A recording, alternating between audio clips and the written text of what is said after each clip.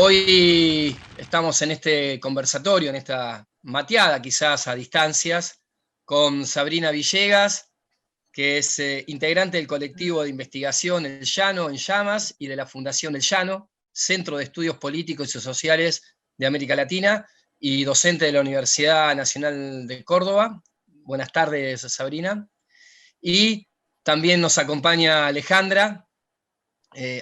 Rodríguez, activista transfeminista, integrante del colectivo Yo No Fui,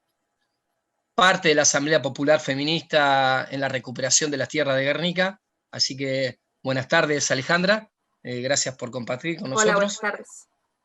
Y bueno, Gracias a ustedes. En este momento auspicia de presentador, mi nombre es Omar Giuliani, coordinador nacional de la FENAT, Federación Territorial de la CTA Autónoma, y además mi organización de base es Ruca Buenei.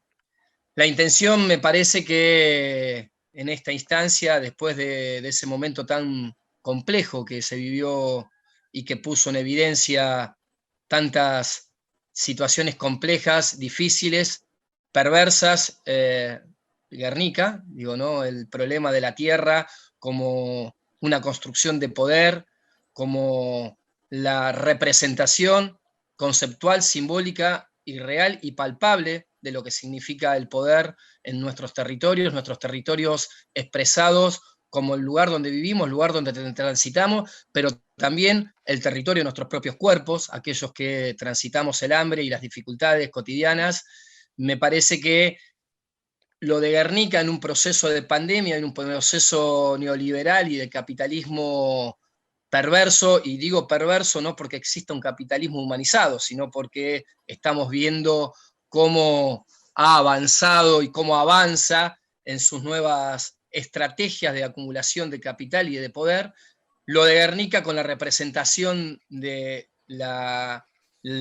tierra como necesidad y como el territorio como libre, como necesidad de vivienda y como necesidad de buen vivir, y también abre la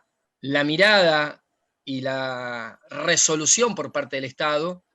que en vez de salir como una espiral hacia la política pública y avanzar en la discusión de qué significa no tener territorios libres en nuestro país, utilizó la represión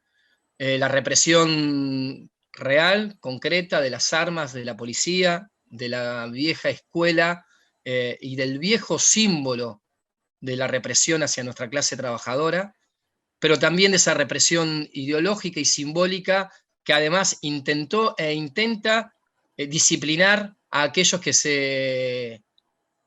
animen y que se atrevan a discutir y a disputar todo tipo de territorio en nuestro país. Así que dejo abierto este debate, esta discusión, este planteo de militancia en manos, bueno, no sé si quiere arrancar Sabrina o Alejandra, pero la intención de hoy es poder charlar y debatir qué nos abrió Guernica, pero que en realidad qué es lo que representa y qué significa tener territorios libres. Buenas tardes a todos. Gracias por la invitación, por la propuesta. Me parece muy interesante poder compartir este espacio de intercambio y de elaboración política con ustedes. Y bueno, como bien decía Omar, la presentación, yo integré la Asamblea Popular Feminista que se constituyó en la recuperación de tierras.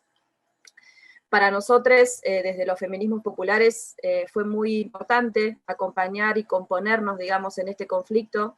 La asamblea surge puntualmente a partir de una carta que elaboran las mujeres que estaban protagonizando la recuperación de tierras. Nosotras, varias organizaciones, compañeros de distintas organizaciones, nos acercamos a conversar con ellas, a ver digamos, de qué manera podíamos involucrarnos más activamente en el conflicto. Y eso fue, digamos, de alguna manera el origen de esta Asamblea Popular que empezó a funcionar en la recuperación de tierras. Ahora mirando un poco todo el proceso, que fue un proceso que tuvo muchos idas y vueltas, muchos matices, creo que voy a hablar puntualmente de lo que creo que aportó, si se quiere, el feminismo popular o el transfeminismo, digamos, en el involucramiento en el conflicto. Por un lado, a mí me parece que esa composición, digamos, de los feminismos politizando y construyendo una voz o una narrativa, un relato a partir del conflicto, me parece que fue algo novedoso, fue algo que también logró romper cierto binarismo entre una disputa entre el Estado y los supuestos usurpadores, y creo que ahí el feminismo logró poner otra palabra, poner otra voz y también amplificar las voces de los propios protagonistas de la recuperación. Creo que hoy, mirado esto, digamos, retrospectivamente, creo que ese fue un aporte, como también, fundamentalmente, poder visibilizar las multiplicidades de violencias existentes, no solo en la recuperación de tierras, digamos, en la sociedad, digamos, porque por momentos parecía que la violencia solamente sucedía ahí, en todo caso la recuperación fue una expresión muy concreta de una multiplicidad de violencias que atraviesan las vidas, las cuerpos, las realidades de muchas compañeras, familias, digamos, en toda la provincia de Buenos Aires y también en nuestro país en general. Entonces, por un lado esto, visibilizar esa multiplicidad de violencias y también de alguna manera hacer visible o poner en agenda todos los hilos del poder que operaban o que operan alrededor de una recuperación de tierras, ¿no? A mí me parece que ahí hay algo, una tarea del feminismo que es este feminismo más, lo entiendo yo, más radicalizado, más cuerpo a cuerpo, un feminismo que está acompañando en serio, digamos, las distintas luchas. Me parece que una tarea justamente es expropiarle a los expropiadores, o sea, radicalizar un poco esta idea de que quiénes son específicamente los expropiadores de las riquezas, de los territorios, y ahí el feminismo planteando que en realidad la violencia más importante, o la primera violencia, si se quiere, es justamente no tener un espacio, no tener un lugar, no tener un territorio para construir una vida vivible, ¿no? Para construir una vida para nosotras, una cosa que también discutimos mucho, una vida autogestiva, una vida de autonomía, una vida comunitaria. Para nosotras era muy importante eso, por eso también el primer texto que sale de la asamblea fue Tierra para vivir y feminismos para habitar. No solamente se trata de luchar por la tierra, sino también es una pregunta política y profunda sobre el significado de la vida, sobre cómo queremos vivir, de qué manera queremos vivir, porque también pensamos que luchar solo por la tierra también te pone en el mismo lugar del capitalismo y de la propiedad privada, ¿no? Más allá de que uno piense el territorio como un derecho. Entonces, bueno, es la tierra para vivir la tierra de una manera creando nuevos vínculos, creando nuevos lazos, nuevas afectividades, nuevas formas de economía popular, nuevos lazos de cooperación, de solidaridad. Me parece que eso estuvo puesto en juego como una voz colectiva, también eso, ¿no? Construir una voz colectiva, una amplificación de esas voces, que eso se logró desde la conjugación, digamos, desde los feminismos que logramos reunirnos ahí y componernos con los protagonistas de ese conflicto. Bueno, les saludo de nuevo, buenas tardes, agradecer la invitación a participar y bueno, un gusto también compartir con ustedes, Omar y Alejandra. Bueno, en realidad mi participación tiene que ver con un poco contar la realidad de Córdoba. Por supuesto que conocemos lo que pasó con el caso de Guernica, lo conocemos a través de los medios, fue un caso relevante, pero bueno, esa situación que se vive de manera quizás más amplificada en la ciudad más importante del país, bueno, también se replica con otros grados en el interior, digamos, del país, en este caso en Córdoba, que, bueno, también es una ciudad importante. Bueno, nosotros, digamos, desde el colectivo en el que participo, venimos tratando de seguir, digamos, bueno, nosotros nos dedicamos al estudio de la conflictividad en distintas áreas y venimos siguiendo, digamos, la problemática en torno a la tierra y la vivienda, tanto en el ámbito urbano como rural, desde hace ya unos cuantos años. Por ejemplo, para citar, digamos, algunas de las cuestiones en las que participamos previamente, o sea, uno de los objetivos que perseguimos es, bueno, nosotros somos un colectivo de investigación pero bueno, intentamos sacar a la luz cada vez que podemos algunos informes sobre problemáticas sensibles que estén, digamos, elaborados en otro lenguaje, que estén disponibles para un público más masivo, que sean una herramienta, digamos, para visibilizar sobre todo situaciones muy conflictivas en nuestra provincia principalmente, y bueno, en ese marco, en el año 2013 sacamos un informe sobre las tomas de tierra aquí en la provincia de Córdoba. En ese momento nosotros percibimos y conceptualizamos que había un ciclo de tomas de tierra, y bueno, a ese informe siguieron otros. Al año siguiente publicamos uno que tenía que ver con la criminalización y la judicialización de esos conflictos, algunos que tenían que ver con la lucha por la tierra específicamente y otros que estaban vinculados con otras temáticas. Y este año, en el contexto pandémico, sacamos otro informe en el que, bueno, trabajamos sobre distintas cuestiones, y una de ellas vuelve a ser la tierra y la vivienda, porque, bueno, sin duda es una problemática que no tiene nada de coyuntural en nuestra provincia, sino que es estructural y de larga data, ¿no? Nosotros, bueno, un poco recuperamos en el informe que publicamos este año algunas de las cuestiones que habían aparecido ya en ese informe del 2013, y así para simplemente dar un pantallazo y ofrecer algunos datos cuantitativos, digamos, que permitan dimensionar, digamos, la problemática que se enfrenta en torno a la tierra y la vivienda. De acuerdo a datos del censo del 2010, que es el último disponible, lamentablemente, ese censo arrojaba que el 48% de la población en la provincia de Córdoba sufre algún tipo de déficit habitacional, ¿no? Y bueno, en la ciudad de Córdoba específicamente, se viene llevando adelante desde hace ya bastante tiempo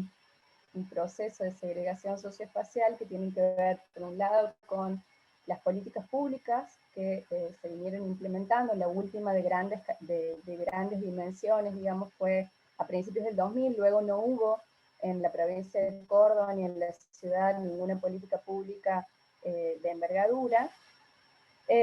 Y bueno, por supuesto también en ese proceso donde se profundiza esta segregación socioespacial, lo que observamos, que es un dato obviamente que no es exclusivo de Córdoba, sino del país y de la región y del mundo entero, es el encarecimiento, el profundo encarecimiento del valor de la tierra urbana y la predominancia del negocio inmobiliario, ¿no? La confluencia de factores, digamos, que nosotros podríamos entender que se conjugan aquí son, por un lado, los altos valores del suelo urbano, políticas de vivienda que en los últimos años lo único que han hecho ha sido agravar la segregación socioespacial que se vive, un déficit habitacional creciente sin que haya ninguna regulación por parte de regulación estatal, me refiero, de los mercados de suelo y vivienda, y una prioridad en el uso del suelo para la inversión y la especulación privada, ¿no? Todo ese conjunto de factores terminan armando un enorme caldo de cultivo y un modelo de uso del espacio que es altamente privativo y excluyente, ¿no? Y que, bueno, nosotros conceptualizamos, por supuesto que no es algo que sea tan original de nosotros, que es, bueno, un modelo de ciudad empresarial que deja afuera, digamos, a los sectores populares e inclusive también a los sectores medios de la posibilidad de acceder a la tierra y la vivienda. Y como consecuencia de esa situación, se buscan soluciones por fuera del mercado y del Estado, porque el Estado tampoco ofrece soluciones para la tierra y la vivienda, y la toma de tierras aparece, digamos, en ese marco como una de las posibilidades para hacerse de tierra para vivir, ¿no? Tierra para habitar, como hablaba la compañera Alejandra. Por supuesto también puedo seguir, pero bueno, no quiero monopolizar la palabra, pero bueno, nada, quería ofrecer como ese gran contexto. Bueno, gracias, Abri. Ahí me quedo con algunas cosas que dijeron ambas y que me parece que son muy importantes. En primer lugar, digo, me gustaría decir que lo de Guernica no es algo coyuntural, ¿no? Digo, que ahí desde los medios de comunicación lo planteó a Guernica como algo coyuntural, como algo propio de la pandemia, o como algo que devenía del proceso macrista, sobre todo algunos sectores de gobierno, y que en realidad, y lo que hay que decir es claramente que el problema de la vivienda es un problema estructural en la Argentina, y yo diría que, o me gustaría entrar a plantear y a debatir en todo caso, si es realmente un problema de vivienda, o en todo caso la vivienda es la falta de vivienda es la resultante de un modelo de sociedad, digo, ¿no? Donde que está asignado por una matriz productiva en nuestro país, del monocultivo, del avance de las fronteras del monocultivo, de la siembra directa, de la destrucción del suelo, de la no mirada de la hermandad con la Pachamama, de la no mirada del buen vivir y de respetar nuestra propia tierra. Y entonces digo, en todo caso, Guernica termina siendo como la resultante, desde lo simbólico, a un modelo de exclusión y de expulsión y de explotación y de violencia sobre los territorios,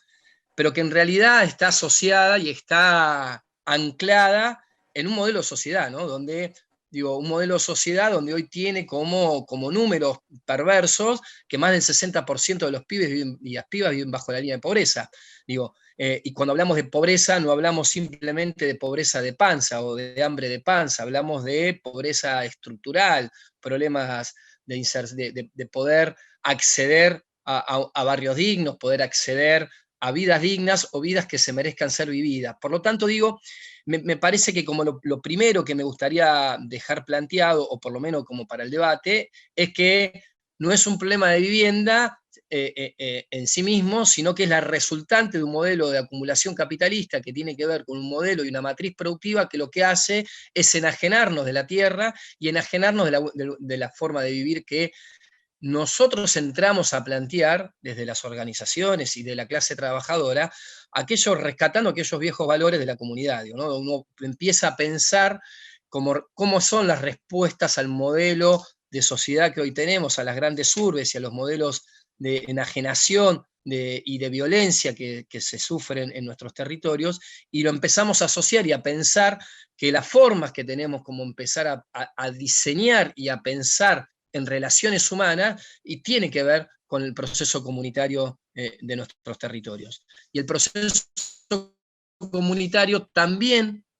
pone en crisis la propiedad de la tierra. La propiedad de la tierra como uso exclusivo del propio mercado y no como uso exclusivo y particular y propio de la comunidad, como un uso comunitario donde se puede empezar a anclar a la lógica de la tenencia de la tierra y de la construcción de barrios dignos de ser vividos y de vidas de poder ser vividas dignamente, a esta mirada de propiedad colectiva, a esta mirada de construcción colectiva, comunitaria, que mucho tiene que ver con nuestros pueblos originarios que fueron expulsados primariamente de sus tierras. Sin irme por las ramas, pero si uno observa cómo se planteó la construcción de nuestro país a partir de la campaña del desierto, que fue la expropiación y la apropiación por parte de los sectores de la oligarquía sobre las tierras y sobre nuestros cuerpos y sobre los cuerpos de nuestros pueblos, evidentemente Guernica termina teniendo relación con aquella apropiación y expulsión de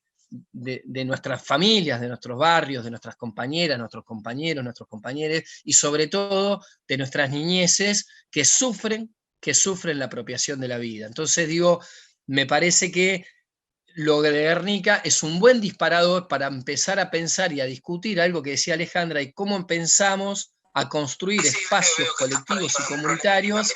que nos permitan trascender el problema coyuntural y entrar a plantear cuáles son los modelos de vinculación que tenemos en los territorios, en nuestras comunidades. Así que Alejandra, estaría bueno que si vos podés contar un poco cómo fue ese desarrollo en el marco de la construcción colectiva. Vos hablabas de una narrativa colectiva. Bueno, ¿cómo fue esa narrativa colectiva en el marco del conflicto de Guernica?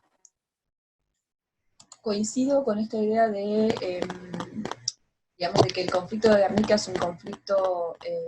estructural más que coyuntural, justamente porque la importancia que tuvo Guernica fue que funcionó como una caja de resonancia de muchos conflictos vinculados al acceso a la tierra, a la lucha por el acceso a la tierra, conflictos que se multiplican en todo el país. Sabrina comentaba que en Córdoba hay 8 experiencias de recuperación de tierra, bueno, así como en Córdoba también hay en otras provincias, a lo largo, digamos, y a lo ancho de nuestro país. Por otro lado, creo que Guernica también fue importante porque nos permitió ver cómo se manejó el Estado en relación al conflicto, cuáles fueron sus estrategias y acciones concretas, y cuáles fueron los intereses que defendió y la forma en la que lo hizo. Lo que vimos en Guernica es que el Estado, tal como decía Omar, ¿no?, lejos de construir un espacio de elaboración y articulación colectiva junto a las familias y organizaciones que llevaban a cabo la recuperación de tierras, optó por deslegitimar y desacreditar esa lucha. Un Estado que desconoció las formas organizativas que se habían dado, que se habían creado, que habían construido las familias en el lugar y las organizaciones, y que optó por defender los intereses de los propietarios, o de los supuestos propietarios, y no dudó en el uso de la violencia para lograrlo. También creo que otro aspecto que nos permite problematizar Guernica es la idea del cuidado o de los cuidados, porque este conflicto surge en plena pandemia, en pleno aislamiento social, en un momento donde el Estado proyectaba con mucha insistencia la idea de los cuidados y del cuidado, ¿no? Quédate en casa, un Estado que te cuida. Entonces nos preguntamos qué pasa cuando no tenés una casa donde quedarte. ¿Qué pasa cuando tu casa es la calle o es la vida a la intemperie? ¿Quién se hace cargo de eso? ¿Quién contempla esas vidas, esas realidades, esas urgencias? ¿A quiénes les habla el Estado? ¿Dónde quedó la máxima del peronismo que donde hay una necesidad hay un derecho? ¿Cuáles son las necesidades que cuentan para el Estado? ¿La de los dueños de la tierra? Creo que esto justamente lo que hizo fue poner en tensión esta idea, la idea de los cuidados o de un Estado que te cuida, y dejó al descubierto que tanto el cuidado como los cuidados son hoy en el presente un campo de disputa. Me parece que desde los feminismos populares tenemos mucho para problematizar y para profundizar en este sentido. Después, respecto a cómo crear narrativas colectivas en el marco de Guernica, que es la pregunta que hacía Omar, creo que estas narraciones o estas narrativas o estos relatos colectivos en Guernica surgieron del mismo proceso y de las voces que protagonizaron la recuperación de tierras. Desde la Asamblea Feminista nosotros fuimos parte de esa lucha y en las instancias colectivas fuimos encontrando y creando nuestras palabras para amplificar nuestras voces, para nombrar, para nombrarnos, para ir elaborando el conflicto. Creo en este sentido que el feminismo como fuerza política transformadora se alimenta y se compone a través del tránsito por los conflictos y por la posibilidad de hacer visibles todas las formas de violencia y explotación, y por lo tanto por la posibilidad de conectar las luchas, digamos. Y esto creo que estuvo expresado en los textos colectivos que fuimos elaborando desde la Asamblea. Por otra parte, me interesa mencionar 2 narrativas que surgieron también en el conflicto, que me parecen muy importantes, a propósito de lo que decía Sabrina de la importancia de la investigación. Me refiero puntualmente a la investigación que hizo Edipo, la Escuela de Investigación Política, que arrojó datos e información precisa para tener una comprensión más profunda sobre el conflicto.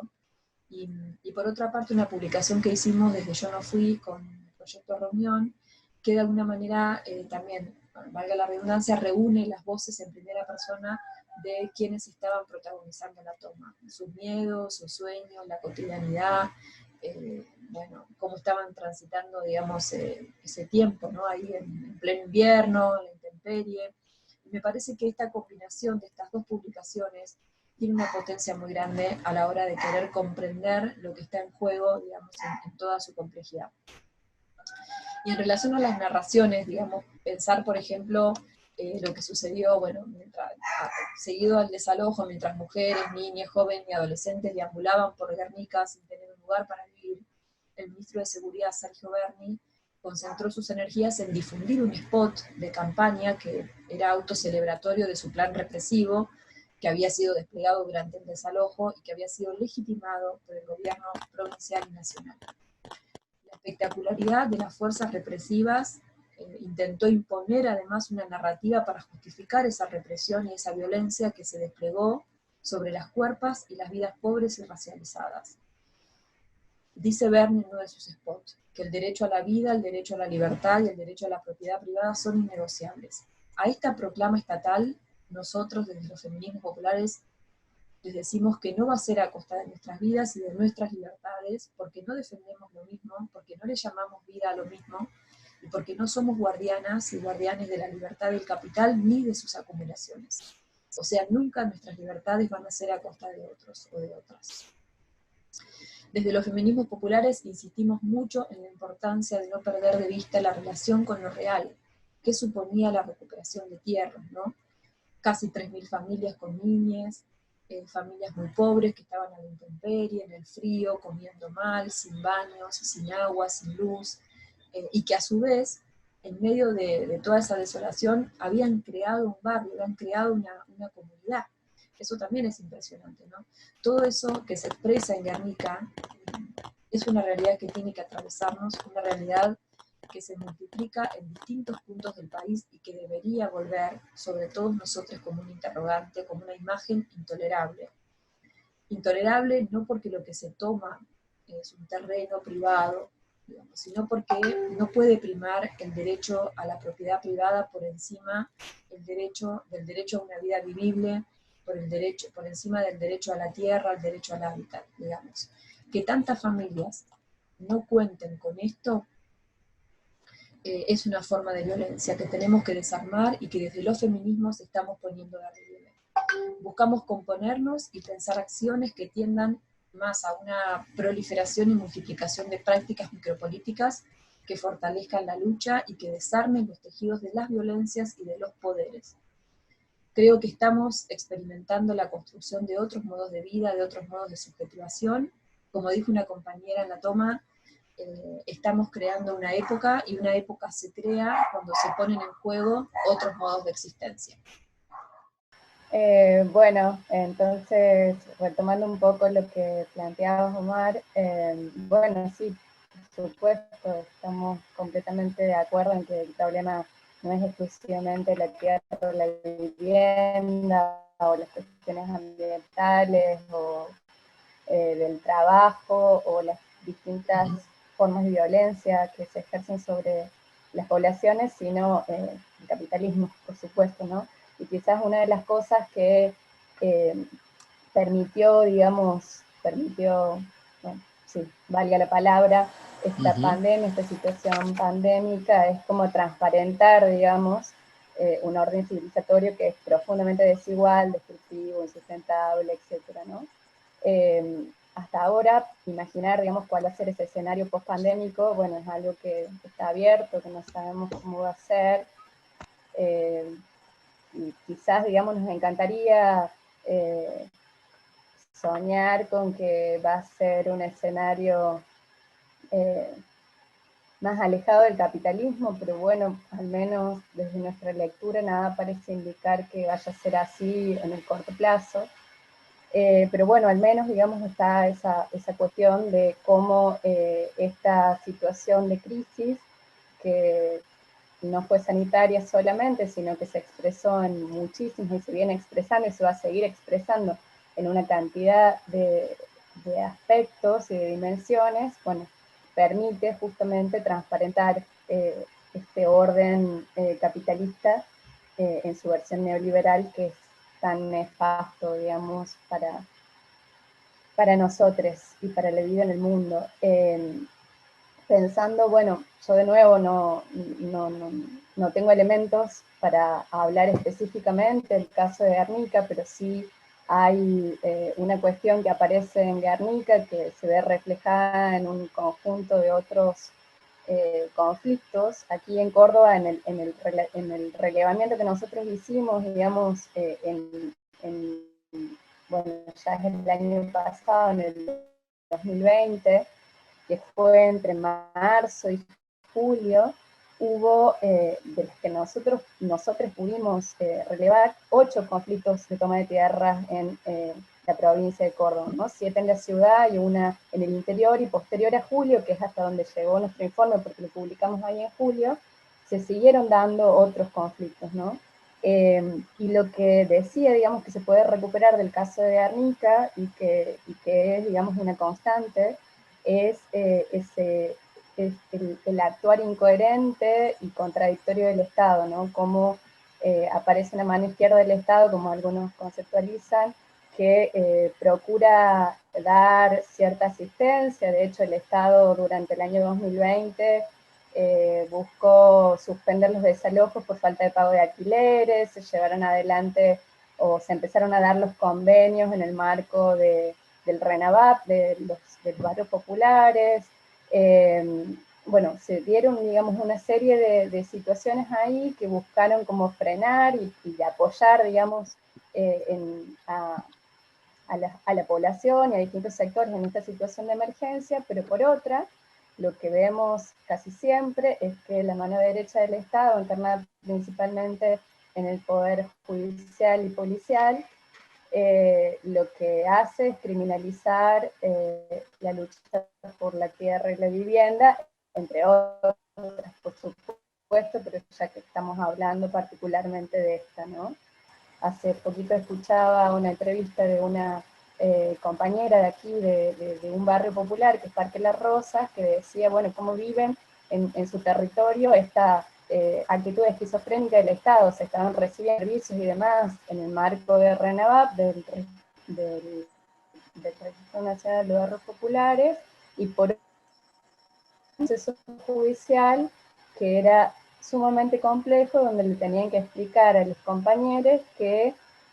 bueno, tenían por un lado un papelito que les otorgaba ciertos derechos y les permitía avanzar en la conquista del derecho a la tierra y la vivienda, y por otro, el Poder Judicial los intimaba al desalojo, ¿no? Entonces esta cuestión, que me parece que en Guernica adquirió, bueno, se ve reflejada en muchas otras situaciones y conflictos en torno a estas temáticas. Digo, ahí retomando lo de Sabrina, digo, de las tensiones y las contradicciones del Estado, ¿no? De los gobiernos, digo, ¿no? Por un lado, te plantea ciertos niveles de asistencia y pareciera ser que esa asistencia está asociada al querer mantenerte en esa instancia, ¿no? En esos niveles de pobreza, digo, ¿no? Porque la resultante de esa política pública o esa política pública no tiene como resultante la construcción de barrios dignos y que en realidad hubiese sido lo que uno esperaba en el conflicto de Guernica, alguna superación en el marco de la política pública o un debate con las organizaciones que nos permita establecer a mediano y a corto y a largo plazo estrategias conjuntamente con el Estado que permitieran pensar en ese tipo de construcción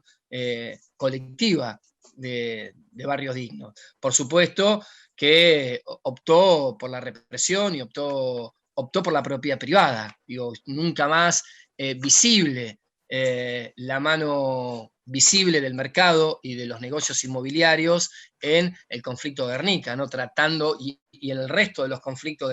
que se dan en el sur, por ejemplo, con los mapuches, tanto en Neuquén, en Río Negro, en la Patagonia, digo, donde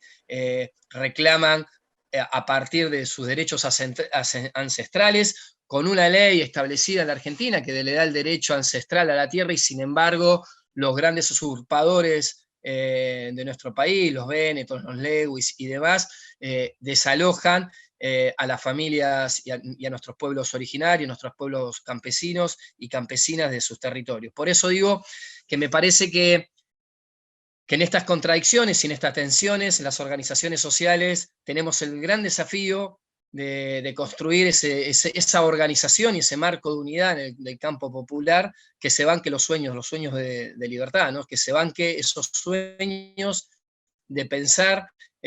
barrios y sociedades donde el buen vivir y la conceptualidad de la comunidad y de la propiedad colectiva sean ejes en construcción de vida. Por supuesto que ahí empiezan las tensiones en un modelo capitalista donde lo que tiene como visión y como racionalidad es la maximización de sus recursos, la maximización de sus ganancias. Por lo tanto, está claro que hay un desafío por parte de las organizaciones que tiene que ver con construir mayor organización, con mayor profundidad y con mayor respuesta. Yo el otro día decía, la clase trabajadora en los últimos años hemos visto y hemos aprendido que ya no solo le reclamamos a las patronales y a la oligarquía la necesidad de discutir cómo son los modelos productivos, sino que hemos asumido la responsabilidad, además de construir nuestros propios espacios productivos. Y en esto también creo que hay un nuevo escenario, donde no solamente le reclamamos al Estado de cómo debe ser o cómo deberían ser los procesos, sino que además las organizaciones territoriales, las organizaciones sindicales, sociales, académicas y demás, asumimos la responsabilidad de construir esos espacios colectivos y comunitarios, porque es la mejor manera y la mejor muestra y la mejor forma de presionar y de tensionar al Estado y al gobierno de cómo debemos hacer las cuestiones. Son nuestros propios espacios y nuestras propias prácticas colectivas y comunitarias que demuestran que es posible vivir de otra manera.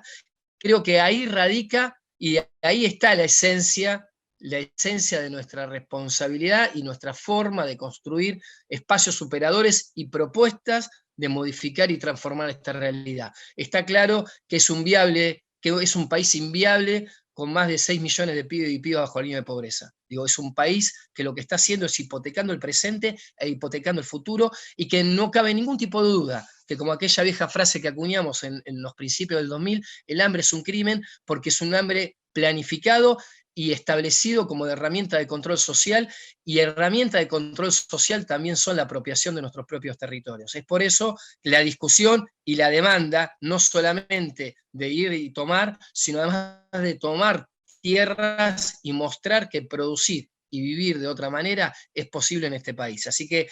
creo que es ese gran desafío que tenemos como organizaciones, como militantes, la necesidad no solamente de reclamar, sino de mostrar con nuestras prácticas cotidianas la transformación de nuestras realidades. Así que bueno, desde acá digo, es eso lo que podemos aportar. Seguramente es un debate que queda muy abierto, pero bueno, son líneas para aportar ese debate.